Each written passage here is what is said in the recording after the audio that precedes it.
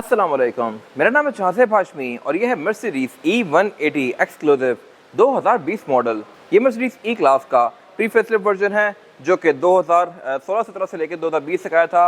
20 के मिड में या एंड में इसको फेसलिफ्ट कर दिया गया था और उसके रिव्यूज़ भी मैंने किए हुए हैं। वो गाड़ी पे काफ़ी टाइम आई है और लुक्स के लिहाज से वो गाड़ी बहुत ज़्यादा एलिगेंट थी, लेकिन कुछ लोगों को ये लुक भी ज़्यादा पसंद है। आपकी क्या राय है कमेंट सेक्शन में मेंशन कीजिएगा। ई क्लास के बारे में एक मज़ेदार चीज़ ये है कि ये गाड़ी आपको ठीक पैसों में फीचर्स और लुक्स बहुत ज़बरदस्त ऑफर करती है। ये गाड़ी 2 करोड़ 70 लाख की है और इतने में आपको वैसे क्राउन मिलेगी 2020 की ही। वैसे क्राउन आपको 2016-17 की सस्ती मिल जाएगी, लेकिन अगर आप 20 पे जाते हैं तो वो आपको 2.5 करोड़ एंड अबव ही मिलेगी और ये गाड़ी भी उस प्राइस रेंज में ही मिलती है। जबकि लग्जरी के लिहाज से ये उससे बहुत ज़्यादा ऊपर है, लुक्स भी बेहतर ऑफर करती है, इंटीरियर तो इसका बहुत ही ज़्यादा खूबसूरत है और ये गाड़ी है भी क्योंकि मर्सिडीज से इसका एक अपना स्टेटस है। ये सब मैं चीज़ें कवर करूँगा इस रिव्यू में। फिलहाल अगर बात की जाए इस गाड़ी की प्राइस की तो इसकी डिमांड 2 करोड़ 70 लाख है। ये E180 एक्सक्लूसिव है और साइकिल मोटरस्पोर्ट के पास अवेलेबल है। अगर आपने इसके बारे में कोई इन्फॉर्मेशन लेनी है तो आप इसी नंबर पर कॉल कर सकते हैं या फिर आप साइकिल मोटरस्पोर्ट को विजिट कर सकते हैं जो कि रावलपिंडी में DH2 के गेट 1 के ऑपोजिट लोकेटेड है। साइकिल मोटर्स की टोटल 2 ब्रांचेस हैं, एक रावलपिंडी में मरी रोड पे और फिर रावलपिंडी में ये वाली ब्रांच। इन दोनों ब्रांचेस पे गाड़ियों की बाइंग एंड सेलिंग के साथ साथ गाड़ियों के काम भी किए जाते हैं, जैसे कि tent, wrap, ceramic coating, PPF, graphene coating. यहाँ पे गाड़ियाँ फेसलिफ्ट भी की जाती हैं। यहाँ पे एक इन हाउस पेंट बूथ भी अवेलेबल है जहाँ पे बेस्ट क्वालिटी का पेंट किया जाता है। सो गाड़ियों की modification, buying and selling, car care या किसी भी तरह के काम करिए, cycle Motors and cycle motorsports is the place. Overall, it's a great E-Class and today I'm going to review it. Let's start with the exterior of this car. लेकिन इस review को शुरू करने से पहले मेरे चैनल सब्सक्राइब और इस वीडियो को लाइक जरूर कर दीजिएगा अगर आपको मेरी वीडियोस पसंद आती हैं तो। खैर, अगर बात की जाए स्पेसिफिक गाड़ी की तो ये E-Class का प्री फेसलिफ्ट वर्जन है जो कि 2020 तक आया था। 20 के बाद इसकी हेडलाइट्स, टेल लाइट्स, इंटीरियर में कुछ चेंजेस कर दिए गए और उसके अलावा फेंडर, बम्पर और बोनट भी नया दे दिया गया। AMG वाली कार में बोनट पर थोड़े से हम्प्स आते हैं, ये एक्सक्लूसिव है तो ये सिंपल सा है। और प्री फेसलिफ्ट कार में हेडलाइट्स थोड़ी राउंड सी थी जो कि ये वाली हैं। फेसलिफ्ट में इसको थोड़ा डिफरेंट कर दिया गया था और इसमें फिर पूरी ही लाइट LED में दे दी गई थी और वो भी मेरे ख्याल से लुक्स के लिहाज से बहुत ही खूबसूरत है। फीचर्स यहाँ भी डिसेंट थे, बाद में भी डिसेंट रहे हैं। ये गाड़ी क्योंकि एक एंट्री लेवल ट्रिम है E180 एक्सक्लूसिव तो इसमें कुछ चीज़ें कट डाउन की हुई हैं, जैसा कि इसमें रडार नहीं आता और इसके अलावा इसमें फ्रंट कैमरा भी नहीं है। कुछ गाड़ियाँ ऑफर करती हैं, मैंने उनके रिव्यूज़ किए हुए हैं। अगर बात की जाए इस गाड़ी के फीचर्स की तो इसमें हेडलाइट्स जो हैं ये ऑटोमेटिक फीचर के साथ हैं, यानी कि डे और नाइट को सेंस करके ऑटोमेटिकली ऑन और ऑफ होती हैं, लेकिन ये डिजिटल LED वाली लाइट्स नहीं है। इसमें फिर यहाँ पे की प्रोजेक्शन लैंप दिया गया है काफ़ी बड़ा जो कि लो के लिए है, हाई के लिए LED दी गई है और फिर इसमें 2 DRL दी गई हैं जो कि E-Class में किसी ज़माने से आ रही हैं। इसके अलावा फिर इसमें बम्पर में पार्किंग सेंसर्स दिए गए हैं। मोनोग्राम में इसका ग्रिल में दिया गया है AMG वाली कार्स की तरह। कुछ गाड़ियों में ऊपर 3 पॉइंट स्टार आता है और नीचे ग्रिल सिंपल सी होती है। बाकी इसके अलावा फॉग लैंप वगैरह ये गाड़ी ऑफर नहीं करती, ये एरिया इसमें बंद ही दिया गया है। वाइपर्स में थोड़े से हेडर दिए गए हैं और ये वाइपर्स हैं भी रेन सेंसिंग, ये बारिश को सेंस करके ऑटोमेटिकली ऑन और ऑफ होते हैं। और अगर बात की जाए इस गाड़ी की साइड प्रोफाइल की तो यहाँ पे सब कुछ काफ़ी फ्लूई और सिंपल सा है। इसमें बड़े वर्जन के अंदर रिम बड़े आते हैं, हाइट कंट्रोल आता है तो आप उसकी हाइट को नीचे कर सकते हैं। इसके अलावा इसमें फिर E63 वर्जन आते हैं, उनमें बॉडी किट्स काफ़ी बड़ी आती हैं और टायर भी बड़े आते हैं। बट ये गाड़ी क्योंकि एलिगेंस या एक्सक्लूसिव वर्जन है तो यहाँ पे सब कुछ एलिगेंट सा ही रखा गया है।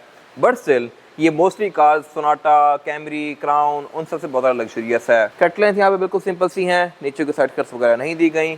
20 इंच के रिम भी ये गाड़ी ऑफर करती है। बाकी अगर बात कीजिए फीचर्स की तो इसके साइड मिरर रिट्रैक्टेबल हैं, एडजस्टेबल हैं और में ऑटो का फीचर भी आता है, प्लस ये हीटेड भी हैं। हालांकि ये गाड़ी ऑलमोस्ट बेसिक ट्रिम है। बड़े वर्जन में नीचे यहाँ पे कैमरास आते हैं, इसमें पट लैंप तो दिए गए हैं लेकिन ब्लाइंड स्पॉट मॉनिटर, कैमरास, वो सारी चीज़ें नहीं आती। इसके अलावा यहाँ पे इसका सारा कुछ ही ब्लैक आउट है और डोर हैंडल्स भी इसके ब्लैक में हैं। अगेन बड़ी ट्रिम्स में यहाँ पे क्रोम भी आता होता है और साइड पे जो डोर के फ्रिल्स हैं ये भी एल्यूमिनियम में होती हैं। और अगर बात की जाए इस गाड़ी की एब्सोल्यूट साइड प्रोफाइल की साइज़ के लिहाज से ये गाड़ी एक प्रॉपर D सेगमेंट की सेडान है, यानी इसका डायरेक्ट कंपटीशन साइज़ के लिहाज से सोनाटा बनती है या फिर BMW 5 सीरीज़ बनती है, क्राउन बनती है, लेकिन ये गाड़ी लग्जरी के लिहाज से क्राउन वगैरह से बहुत ऊपर है। इसके अलावा इसमें पैनोरामिक रूफ दी गई है जो कि क्राउन आज तक ऑफर नहीं कर रही। इसकी रूफ के अच्छे खासे बड़े एरिया को आप खोल सकते हैं और पीछे भी इसमें ये ग्लास ही दिया गया है। बाकी इस गाड़ी में एंट्री और एग्जिट भी आसान है क्योंकि गाड़ी हाइट के लिहाज से ठीक है, डिसेंट है। डाउन क्लियरेंस के लिहाज से भी गाड़ी पाकिस्तान के हिसाब से बेस्ट है।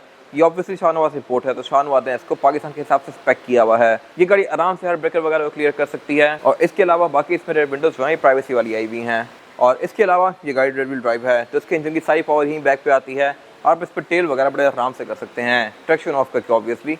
बाकी इसके अलावा ये गाड़ी प्रॉपर सेडान है, यहाँ पे ये इसका फ्रंट ब्लैंक है, फ्यूल डोर इसका राइट साइड पे दिया गया है और बाकी पार्किंग सेंसर इसमें बैक पे यहाँ तक आते हैं। बैक पे भी और फ्रंट पे भी। तो ये गाड़ी आपको साइड के ऑब्स्टिकल्स भी इंडिकेट करती है। और अगर बात कीजिए इस गाड़ी की रेयर एंड की, तो ये भी लुक्स के लिहाज से पूरी कार की तरह काफ़ी एलिगेंट सा है। इस एरा में मर्सिडीज ने अपनी थीम को काफ़ी राउंड सा रखा था। Same goes for this car. यहाँ पे कोई भी लाइन आपको बिल्कुल सीधी नजर नहीं आएगी। डिग्गी भी यहाँ पे राउंड सी है, क्रोम की फ्रंट गोल सी हैं, टेल लाइट गोल मोल सी हैं, फेंडर्स भी, विंडशील्ड भी, हर चीज़ में कोई कॉर्नर नहीं है। तो ये मेरे ख्याल से एक डिफरेंट चीज़ है। और इसके अलावा ये गाड़ी एंट्री लेवल ट्रिम है, तो यहाँ पे फीचर्स बस बेसिक दिए गए हैं। इस तरह से कि इसमें बैक पे पार्किंग सेंसर्स आते हैं और डुअल एग्जॉस्ट आते हैं। इसमें कुछ गाड़ियों में बैक पे डुअल एग्जॉस्ट के स्लॉट दिए हुए होते हैं, लेकिन एग्जॉस्ट होता एक ही है, सिर्फ फ्लैट साइड पे। ये भी एक वियर्ड चीज़ है जो कि मैंने नोटिस की है कुछ कार्स में, बट इसमें ये दोनों प्रॉपर फंक्शनल हैं। बाकी इसकी ट्रंक को मैं नॉर्मली ही अनलॉक करूँगा। कुछ गाड़ियों में पावर आती है इसके टॉप एंड वर्जन्स के अंदर। और बाकी अगर बात कीजिए ट्रंक कैपेसिटी की, तो ये इसकी डिसेंट है। यहाँ पर आप 4 से 5 लोगों का लगेज इजीली रख सकते हैं। नीचे दी गिल्ट को उठा के मैं इसका एक स्टोरेज एरिया एक्सेस कर सकता हूँ। और यहाँ पे इसकी मर्सिडीज की ट्रे भी दी गई है, जो कि काफ़ी अच्छी चीज़ है। फोल्ड होकर लिटरली सिर्फ इतनी सी हो जाती है, पतली सी, लेकिन उसको खोल के आप प्रॉपर एक ट्रे बना सकते हैं। रेयर बेंचेस इस गाड़ी में फिक्स दिए जाते हैं, इनको आप फोल्ड नहीं कर सकते। ट्रंक के अंदर इसकी इंसुलेशन दी गई है और यहाँ पे एक ये ब्लैक फ्लैग दिया गया है, जहाँ पे इसकी पावर टेलगेट के बटन आते हैं बड़े वर्जन्स में। बाकी इसके अलावा यहाँ पे कुछ खास है नहीं। इसके बाद अगर बात की जाए इस गाड़ी के इंटीरियर की, तो इंटीरियर इसका एक्सटीरियर से ज़्यादा लग्जरियस है। यहाँ पे हर चीज़ बहुत टॉप नॉच है और बड़ी खूबसूरत है। ऑल्दो ये गाड़ी ऑलमोस्ट बेसिक ट्रिम है, बट स्टिल इसमें लग्जरी बहुत ज़्यादा दी गई है। किस तरह से मैं कवर करूँगा। फिलहाल अगर बात की जाए इस गाड़ी का स्टीयरिंग व्हील की, तो स्टीयरिंग इसका 3 स्पोक है और ये पुराना स्टीयरिंग है।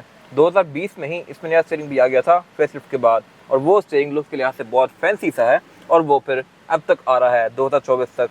खैर अगर बात कीजिए इसके स्टीयरिंग व्हील की, तो इसमें लेफ्ट और राइट स्पोक को डिफरेंट कंट्रोल्स दिए गए हैं। लेफ्ट स्पोक को जो कंट्रोल्स हैं, यहाँ से आप इसकी मल्टीमीडिया के बीच में नेविगेट कर सकते हैं। एक ट्रैक पैड दिया गया है जहाँ से आप डिफरेंट मेन्यूज के बीच में स्विच कर सकते हैं। राइट स्पोक को जो कंट्रोल्स दिए गए हैं क्रूज के हैं। क्रूज कंट्रोल ये गाड़ी एडाप्टिव ऑफर करती है और इसके अलावा यहाँ से आप इसके मीटर के बीच में नेविगेट कर सकते हैं। सेंटर में यहाँ पे भी ब्लैकबेरी जैसा एक ट्रैक पैड दिया गया है। बाकी गाड़ी पैडल शिफ्टर्स ऑफर करती है। गियर इसमें यहाँ पे पीछे दिया गया है, स्टीयरिंग के पीछे। ये काफ़ी कन्वीनियंट डिज़ाइन है गियर का, इस तरह से कि मैं गाड़ी को ड्राइव करते हुए गियर काफ़ी इजीली शिफ्ट कर सकता हूँ। मैं अगर स्टीयरिंग को राइट मोड़ूंगा और इसको डी में करना है तो यू डी हो गया। फिर अगर मैंने रिवर्स करना है इसको, तो मैं यूँ ही रिवर्स करके स्टीयरिंग घुमाऊंगा तो ये गाड़ी रिवर्स हो जाएगी। तो मैं गाड़ी को किसी टाइट स्पेस में काफ़ी इजीली टर्न कर सकता हूँ इस तरह से। इसके अलावा लेफ्ट पे इसके हेडलाइट के कंट्रोल दिए गए हैं और वाइपर दिया गया है, आप बीम यहाँ से देंगे। बाकी अगर बात की जाए इस गाड़ी के मीटर की, तो मीटर इसका पूरी ही स्क्रीन है। आप इसको काफ़ी हद तक कॉन्फ़िगर कर सकते हैं। इसमें डिफरेंट थीम्स आती हैं, थीम्स के बीच में भी आप इसी ट्रैक पैड से नेविगेट कर सकते हैं इस तरह से। यहाँ 3 मेन थीम्स हैं, प्रोग्रेसिव, क्लासिक और फिर स्पोर्ट। स्पोर्ट में ऑब्वियसली थोड़ा स्पोर्टियर हो जाता है। इसके अलावा फिर यहाँ पे गाड़ी आपको ट्रेस, एवरेज किलोमीटर पर लीटर, आउटसाइड टेम्परेचर, डोर्स वगैरह ओपन जो है वो शो करवाएगी। सारी वो चीज़ें जो कि आपको हर कार में शो होती हैं। इस स्पेसिफिक कार में हेडअप डिस्प्ले नहीं है। इससे पहले मैंने एक डिज़ाइनर वर्जन का रिव्यू किया हुआ है और उसमें हेडअप डिस्प्ले था। बाकी अगर बात की जाए मीटर की हाउसिंग की, तो सारी ही लेदर की फिनिश में है और इसके पीछे फिर एक काफ़ी बड़ी ग्रिल दी गई है और इसमें इसका सबवूफर आता है। इसके अलावा मीटर के साथ यहाँ पर जो एक और स्क्रीन दी गई है, ये इसकी मल्टीमीडिया स्क्रीन है।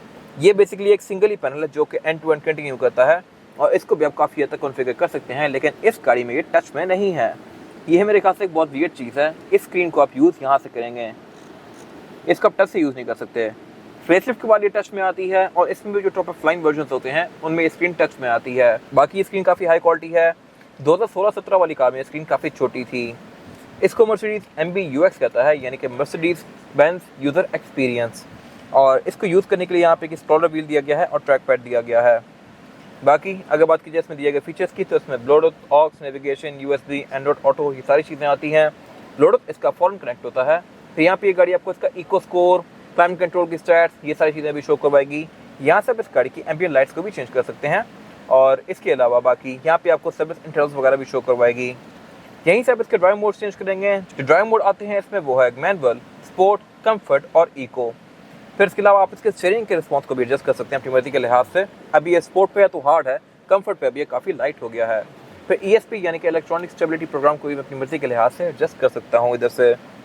बाकी गाड़ी की और बहुत सारी चीज़ों को आप यहाँ से ऑन और ऑफ कर सकते हैं। मैंने बहुत सारे रिव्यूज़ में कवर की हुई हैं और अगर आपने इसका डिटेल रिव्यू देखना है तो वो भी आपको मेरे चैनल पर मिल जाएगा। खैर उससे नीचे फिर यहाँ पे इसके 4 एलिमेंट्स दिए गए हैं, चारों को ही मैं एडजस्ट कर सकता हूँ और इन चारों को ही सेंटर में आने के बाद एक टिक होती है इस तरह की। तो ये साउंड मेरे ख्याल से काफ़ी सेटिस्फाइंग है। जैसे ये सेंटर में आता है कि ये टिक करता है और इसमें यहाँ पे ये वुड दिया गया है, प्रॉपर वुड। बहुत सारी गाड़ियों में यहाँ पे कार्बन फाइबर आता है, स्पेशली E350E वगैरह में। डिज़ाइनर वगैरह में इसको आप मॉडिफाई कर सकते हैं। सिंपल कार्स में, कई कार्स में ये बेसिक सा भी आता है। बाकी इसके नीचे फिर ये काफ़ी बड़ी एम्बियंट लाइट दी गई है जो कि इसके इंटीरियर की लुक को बहुत बेहतर बना रही है। और आप इसके कलर्स को भी RGB कलर्स में स्विच कर सकते हैं। इसके आप जोन्स को भी डिफाइन कर सकते हैं। लेट्स सपोज यहाँ पे ये भी रेड है, यहाँ पे येलो है, तो ये मैंने खुद किया हुआ है। बाकी फिर नीचे यहाँ पे फिजिकल बटन दिए गए हैं, क्लाइमेट कंट्रोल वगैरह के। नीचे की क्लॉक दी गई है और साथ कुछ और फिजिकल बटन दिए गए हैं। ये क्लॉक भी AMG वाली कार में नहीं आती। उससे पीछे यहाँ पे फिर इसका एक कप होल्डर दिया गया है, एक की होल्डर दिया गया है। और यहाँ पे यूजली गाड़ियों में गियर आता है, लेकिन क्योंकि गियर्स का यहाँ मूव कर दिया गया तो यहाँ पे सारा एरिया खाली हो गया है। फिर उससे पीछे यहाँ पे इसका ये वॉल्यूम रॉकर दिया गया है, ट्रैक पैड दिया गया है जो कि मैं एक्सप्लेन कर चुका हूँ। यहाँ पे ड्राइव मोड सिलेक्टर दिया गया है और उसके अलावा इसका सेंटर कंसोल दिया गया है। सेंटर कंसोल भी इसका स्प्लिट में खुलता है। अगर बात कीजिए इसकी सीट्स की, तो सीट्स भी इसकी काफ़ी स्पेशियस हैं क्योंकि गाड़ी एक D7 की सेडान है और ये दोनों ही सीट्स इलेक्ट्रॉनिकली एडजस्टेबल हैं। इनके जो कंट्रोल्स हैं ये आप डोर्स पे दिए गए हैं और इन दोनों में ही मेमोरी फंक्शन आते हैं। ये अगेन एक अच्छी चीज़ है। और इसके अलावा मैं यहीं से बैठ के लेफ्ट की सीट को भी एडजस्ट कर सकता हूँ इस तरह से। तो ये मेरे ख्याल से एक यूजफुल फीचर है। मुझे यहाँ बैठ के वहाँ प्रॉपर झुकने की जरूरत नहीं पड़ेगी, मैं सारा कुछ यहीं से कर सकता हूँ। स्पीकर इसमें नॉर्मल है। बर्मेस्टर का साउंड सिस्टम भी कुछ गाड़ियों में ऑफर होता है, लेकिन वो एक एड ऑन फीचर है और गाड़ी की वैल्यू उससे ज़्यादा हो जाती है। बाकी इसके अलावा हेडलाइट इसमें ऑटोमेटिक फीचर के साथ आती हैं, यानी कि डे और नाइट को सेंस करके ऑटोमेटिकली ऑन और ऑफ होंगी। और इसके अलावा आप इसकी पार्किंग्स को भी इंडिविजुअली भी ऑन कर सकते हैं, यानी कि सिर्फ राइट की या सिर्फ लेफ्ट की। वैनिटी मिरर इसमें ड्राइवर और पैसेंजर दोनों के लिए आते हैं विद अ लाइट। और इसके अलावा सेंटर में फिर इसके ये 5 लाइट्स यहाँ पे और दी गई हैं और 2 फिर यहाँ पे नीचे और दी गई हैं। रियरव्यू मिरर इसका ऑटो डिमिंग वाला है और एक गाड़ी पैनोरामिक रूफ ऑफर करती है जिसको मैं यहाँ से ओपन और क्लोज कर सकता हूँ इस तरह से। और इसके अलावा यहाँ पे कुछ खास है नहीं।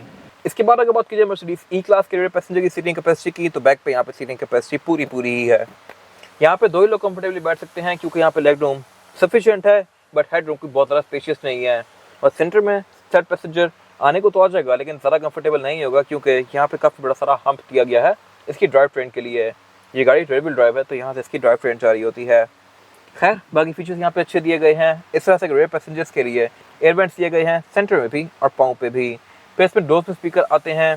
विंडो इसमें चारों ही सिंगल टैप वाली हैं, बट बैक पे इसमें एम्बियंट लाइटिंग आती है जहाँ पे ई क्लास से ऊपर निकल जाती है। इसके अलावा बाकी यहाँ पे ऊपर रीडिंग लाइट्स दी गई हैं क्योंकि ऑब्वियसली इसमें सेंटर में लाइट्स आ नहीं सकती, यहाँ पे ये ग्लास दिया गया है।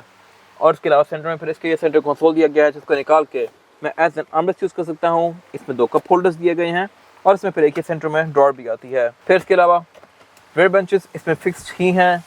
हेडरेस्ट 3 ऑफर करती है बैक पे और इसमें रेयर पैसेंजर्स के लिए एयर बैग्स भी दिए गए हैं। इसके बाद अगर बात की जाए ई क्लास के इंजन्स की, तो ई क्लास में बहुत सारे इंजन आते हैं। 1.5 टर्बो जो कि ये इंजन है, फिर इसमें 2000 सीसी टर्बो भी आता है, 2000 सीसी टर्बो हाइब्रिड भी आता है E350 में।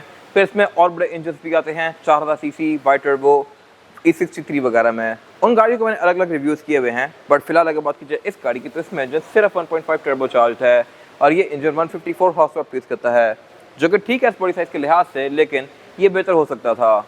आप मर्सिडीज से जिस तरह की पावर एक्सपेक्ट करते हैं शायद ये आपको वैसी ना दे, but day to day use के लिहाज से ये सफिशिएंट है। और छोटे इंजन होने का फ़ायदा ये है कि ये गाड़ी आपको एवरेज काफ़ी अच्छी देगी। एवरेज इस गाड़ी की सेविक वगैरह के बराबर है, लाइक 13-14 की, जो कि मेरे ख्याल से बहुत ज़बरदस्त चीज़ है इतनी बड़ी कार के लिहाज से।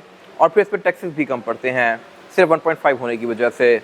बाकी टर्बो चार्जर इसमें काफ़ी बड़ा सारा दिया गया है साइड पे और कंबाइंड हॉर्स पावर इसकी 154 है। टॉर्क इसका 215 न्यूटन मीटर ऑफ टॉर्क है। बाकी इसका इंजन ब्रेक काफ़ी टाइटली पैक्ड है, यहाँ प्रॉपर इंसुलेशन दी गई हैं। इसके इंजन ब्रेक के अंदर आपको एल्यूमिनियम काफ़ी ज़्यादा नजर आएगा। पिछली जनरेशन से इस जनरेशन में एल्यूमिनियम काफ़ी ज़्यादा यूज़ किया गया है इंस्टेड ऑफ आयरन या फिर स्टील, और इसका फ़ायदा यह है कि काफ़ी ज़्यादा स्ट्रॉन्ग होता है एज़ कम्पेयर टू स्टील, और इसके अलावा इसका वेट भी कम होता है। और बाकी बोनट के अंदर इसके इंसुलेशन दी गई है। बोनट इस गाड़ी का हाइड्रोलिक से ओपन होता है और इसके अलावा यहाँ कुछ खास है नहीं। इसके बाद अगर बात की जाए इस गाड़ी की टायर साइज़ की, और टायर साइज़ जो ऑफर करती है ई क्लास बेसिक वर्जन में, ये है 245, 45 और 18। ये गाड़ी एंट्री लेवल ट्रिम है, बट सिर्फ इसमें 245 का टायर आता है और ये चारों ही टायर सेम साइज़ के हैं। इसमें कुछ वर्जन में स्टैगर्ड टायर भी आते हैं। स्टैगर्ड का मतलब ये होता है कि अगले कम चौड़े पीछे ज़्यादा चौड़े, आगे 245 होते हैं पीछे 275 होते हैं। और ऑब्वियसली उनमें इंजन भी बड़े होते हैं और बड़े इंजन की बड़ी पावर को अकोमोडेट करने के लिए पीछे टायर बड़े दिए गए होते हैं। बाकी ये ट्रांसपोर्ट रिम है जो कि एल्यूमिनियम और ग्रे के कॉम्बिनेशन में है। टायर्स गाड़ी मिशलिन का है जो कि अच्छा टायर है, आपको तकरीबन अभी 20-30 किलोमीटर और एक अच्छा राइड प्रोवाइड करेगा। कंडीशन इसकी ऑलमोस्ट 70% बची हुई है अभी। बाकी इसके अलावा इसमें ऑल व्हील डिस्क ब्रेक आती हैं, ट्रैक्शन कंट्रोल आता है, ड्राइविंग मोड्स आते हैं जो कि इस राइड को बेहतर बनाते हैं, और इसके अलावा यहाँ कुछ खास है नहीं। ये था आज का रिव्यू। अगर आपको ये रिव्यू पसंद आया है तो इस वीडियो को लाइक कीजिए, मेरे चैनल को सब्सक्राइब कीजिए, और अगर आपके पास इस गाड़ी से रिलेटेड कोई भी राय है तो उसको कमेंट सेक्शन में शेयर जरूर कीजिएगा, ताकि वो लोग जो ये गाड़ी लेने वाले हैं वो आपकी राय से फ़ायदा उठा सकें। अपना ख्याल रखिएगा। Thank you.